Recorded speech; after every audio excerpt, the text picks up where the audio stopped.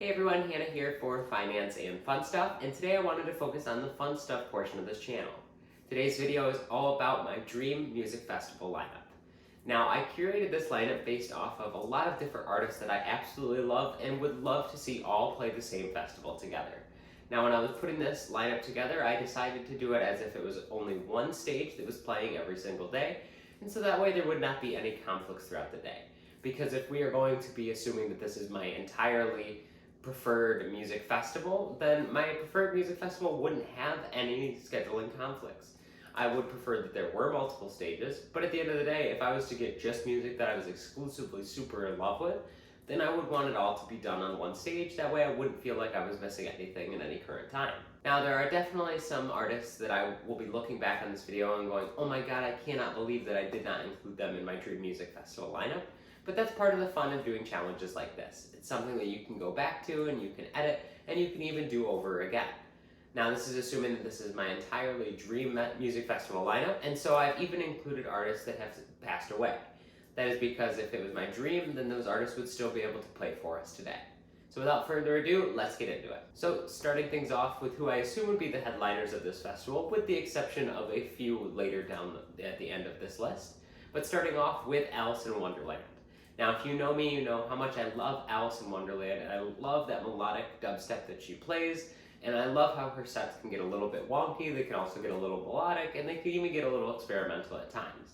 I haven't seen her since EDC Las Vegas 2016, and I would love to see her again. I hope that next year in the festival circuit that me and Sage managed to get to, that we are able to see her. Next up, we have a favorite for both me and Sage, and that is Millennium. I feel like, again, no description necessary. Me and Sage both love Millennium, and I find myself crying to both his music and his live sets quite often. Next up, we have one that is a little bit of a stretch, but since this is my dream, why not? And that is Jack U. So that is, of course, Skrillex and Diplo playing together and creating that production. And I would love to have been able to see this. Looking back at live sets now, I think to myself, man, I wish I had gone to these bigger festivals a few years ago when Jack U was playing, because there were so many great songs that I love from them, and looking at their sets, they were just unbelievable. And next we have Excision back-to-back Subtronics. Now, Excision and Subtronics frequently take the spot as some of my highest loved DJs and some of my all-time favorite artists, and so I would love to see a set where both of them play together. They have frequently played one after the other, and I have seen that happen before, and I love how their sets play into each other. But I feel like seeing a true back-to-back set between Excision and Subtronics would be just truly incredible. It would be great to see the way that Subtronics' drops move into Excision's even lighter stuff, and it would be great to see how they mold together. Next up, we have another back-to-back that would truly make me happy, and that is Knife Party back-to-back Borgore. Now, Borgore I have not managed to see yet, since I ended up missing his show at the Westcott earlier this year, but I have seen Knife Party. I saw them at EDC Las Vegas back in 2016, and I would more than happily see them again. I feel like these two artists would play into each other so well and would just create an awesome energy at a back-to-back set. It would be great to hear Borgore's one-liners going off and then all of a sudden dropping into a really sick Knife Party drop. Next up, we have one that I have not personally seen yet, and that is Rez. I have been dabbling listening to Rez a little bit more over the past few months, and I completely understand why there is this occult following for her. Her music is truly one of a kind, and I feel like it is some of the best bass music out there, and so she definitely deserves a spot on this lineup. Next up is 12th Planet. Now, I have only seen a little bit of 12th Planet, both of the times I was able to see him. Just the way that it happened to work out when I was at Bonnaroo when 12th Planet was playing there in 2019. We only managed to see a little bit of his set. And then, most recently, when he was at Reunion, playing a back-to-back with Wooly, I was only able to see a little bit of that set as well. Which is totally unfortunate because 12th Planet plays some absolute bangers and he throws down. So I would love to be able to see him at my Dream Music Festival. Next up is Zed Dead. Now, I have actually not managed to see Zed Dead in my entire tenure of going to live music events, but they are one that has consistently sat on the top of my list and somebody that I have wanted to see for a very long time. I hope that I'm able to get to see them soon, and I would definitely love to see them at this festival. Next up, we have Level Up back-to-back Genie. Now, I love Level Up and Genie so much, and I love when they collaborate together. Their song Hellhole is one of my absolute favorites that they have put out, and I feel like seeing a back-to-back with both of them would just be absolutely insane. I would love being able to dance to all of Level Up's really hard drops, and then going straight into Genie's hard drops as well. I feel like it would just be a complete banger of a set, and my neck would be completely broken afterwards. Next up, we have Cruella back-to-back Griffin. Now, these are both artists that I have not managed to see, but they are both very high up on my list. I feel like both of their sounds could play off of each other really well, and I feel like the slower melodic stuff that Griffin would play could go into some of the higher volume stuff that Cruella plays, because Cruella also does play some slower stuff as well. I feel like their energy would just complement each other so well. Next up, we have Sudden Death presents Void. I have not managed to see a Void set, and it makes me so upset because I absolutely enjoy Sudden Death's music quite a bit, and I feel like his Void set is like the end-all be-all of what his current production level is, and I have not managed to catch that. Just the way it has worked out with both my scheduling and my ability to go to shows over the last couple of years, I have not managed to catch a Void set at all. But I would absolutely love being able to see a Void set, possibly as a closer when it's really dark with fireworks or something like that, would be absolutely amazing. Next up, we have Sullivan King back-to-back Kaiwachi. Now, I was only able to go to Lost Lands on Sunday of this last year, but I wish I had been able to go to the other days because there were so many different artists that I didn't get to see, and one of those was Sullivan King back-to-back Kaiwachi. I love Sullivan King and Kaiwachi so much, and I would gladly see either of them in a heartbeat, regardless of how far I would need to drive in order to make that happen if they were playing somewhere fairly locally. And so I would love to see them play together. I've seen bits and pieces of their sets online from when they have played back-to-backs, and it just gives me all the feels and makes me want to rage so hard, and I would love to see that. Next up, we have one to kind of take it a little bit slow and a little bit wonky and a little bit wobbly, and that would be Ganja White Knight back-to-back Liquid Stranger. Again, I feel like these two would play off each other so well, and I feel like it would just be the most amazing, nice and chill set, and I feel like it would be a perfect way to unwind, possibly at the end of a night's playing of music. Next up, we have an extremely heavy-hitting back-to-back set, and that is Keizo back-to-back Halfstrap. Now, I have seen both of these artists before, and I have loved seeing them live and listened to them recorded frequently as well. But I feel like together they would just be the pinnacle of the hard, grimy dubstep, and I feel like it would just be amazing to see how their energy could play off of each other, and they're two of my favorites, so of course I would love to see them play together. Next up, we have another bass artist, AT Aliens. Every single time that I have seen them, I have been blown away by being bugged. Next up, we have another heavy bass artist, and that is AT Aliens. Every single time that I have seen them, I have been completely blown away by their set, and it just so happens that it seems like most of the time when I go to festivals, they are playing while there is another artist that I unfortunately would rather see over them. But it's not that I don't absolutely love their music, because I do, and I would love to see them at my Dream Music Festival. Next up, we have Zed the Sky, who I just saw recently when I went and saw Midas in Syracuse, and I was completely blown away by Zed the Sky. I would love to see them again. Next up, we have Seven Lions back-to-back Nightmare. Now, I have not managed to catch a Seven Lions set since we ended up missing the one that was in DC just a little while ago, but I would absolutely love to get Seven Lions crossed off my list, and I'm sure it'd be bawling my eyes out. Now, combine that with Nightmare, where it could be a little bit chill, but then also go really hard. I feel like they could play off of each other so well, and I feel like that would be a great closer to a night. Next up, we have a bass artist also extremely high on my list, and that is Riot 10. I just saw Riot 10 for the very first time at EZoo in 2021, and I absolutely loved his set. It was everything I had ever wanted it to be, as I've been waiting to see him for so many years. He would definitely be at this festival. Next up, we have a back-to-back that's a little bit of a stretch, but hear me out on it.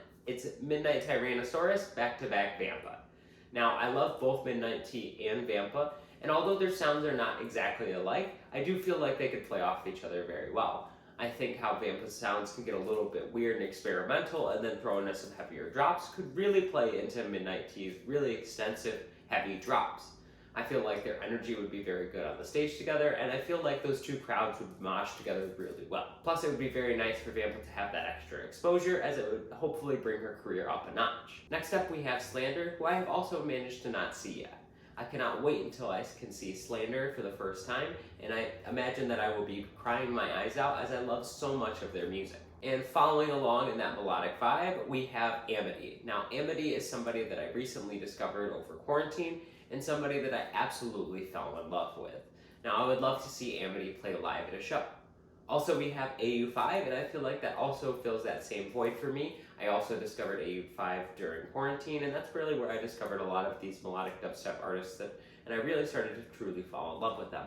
I would love to see AU5 play as well. And rounding out our little melodic dubstep brigade, we have William Black. William Black does some really amazing stuff live, and I would absolutely love to see one of his sets. Next up is another heavy-hitting back-to-back, and that is High on Ghost back-to-back Benda. Both of these artists are not typically on the top card for a festival, but I feel like that they could earn their place if they had a back-to-back set like this.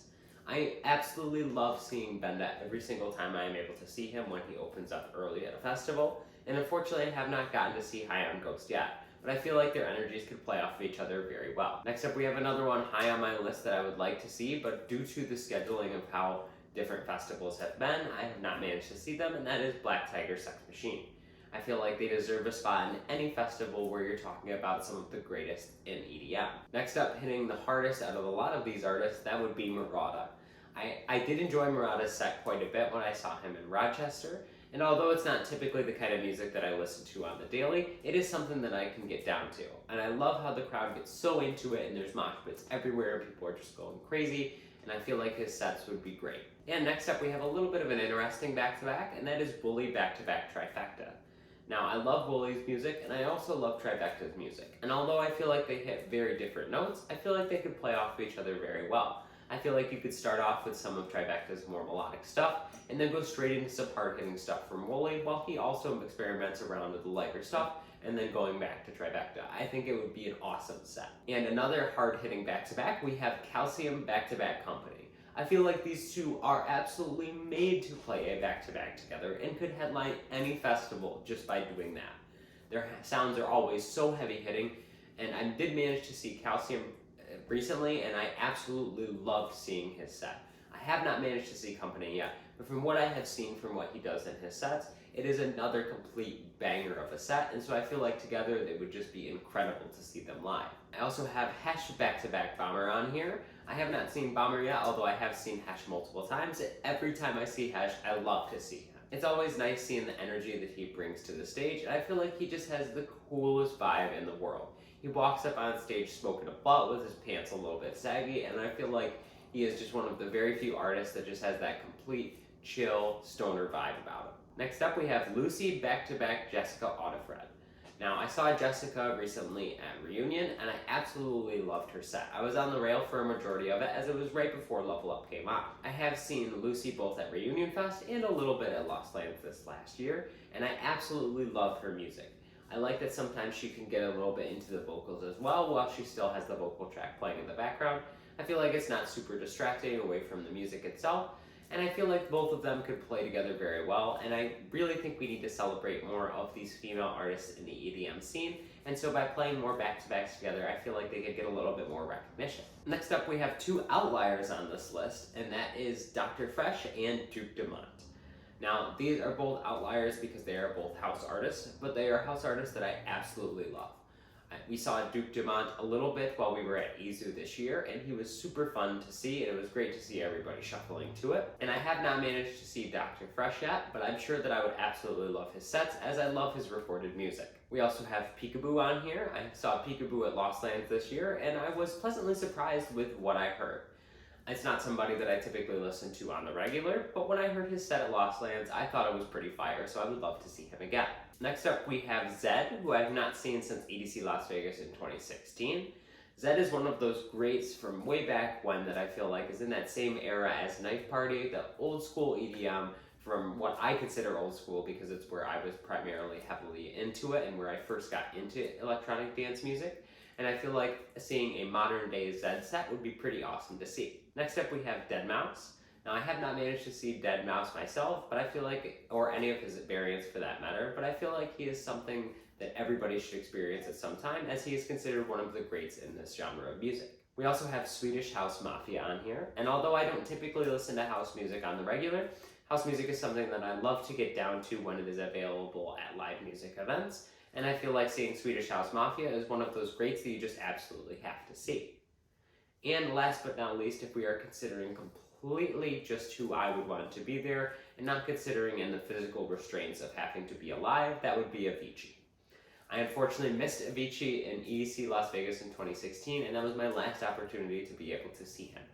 And that's very unfortunate because all of his music is absolutely amazing, and I feel like he has to be included in any lineup where it is some of the greats. And in my Dream Music Festival lineup, he would absolutely be there. So that pretty much does it for my Dream Music Festival lineup. I want to thank everybody for sitting along and watching through this entire thing. I know it was rather extensive, but I just kept going on and on because I kept going, oh my god, there's this artist. Oh my god, this backpack would be great. And I absolutely loved doing this. If you want to see more content like this, make sure you hit that like button so that way I know that you've enjoyed my video. If you enjoy seeing my face, make sure you hit the subscribe button and notification bell. That way you can be alerted every single time I upload a video, whether it's about the finance or fun stuff side of this channel. And last but definitely not least, I would love to hear down in the comment section below about what some of your favorite artists are and what your all-time Dream Music Festival lineup would be. Thank you so much for tuning in and take care. Next up we have Slander, who I have also not seen yet. I cannot wait until... Next up we have 7 Lions back-to-back...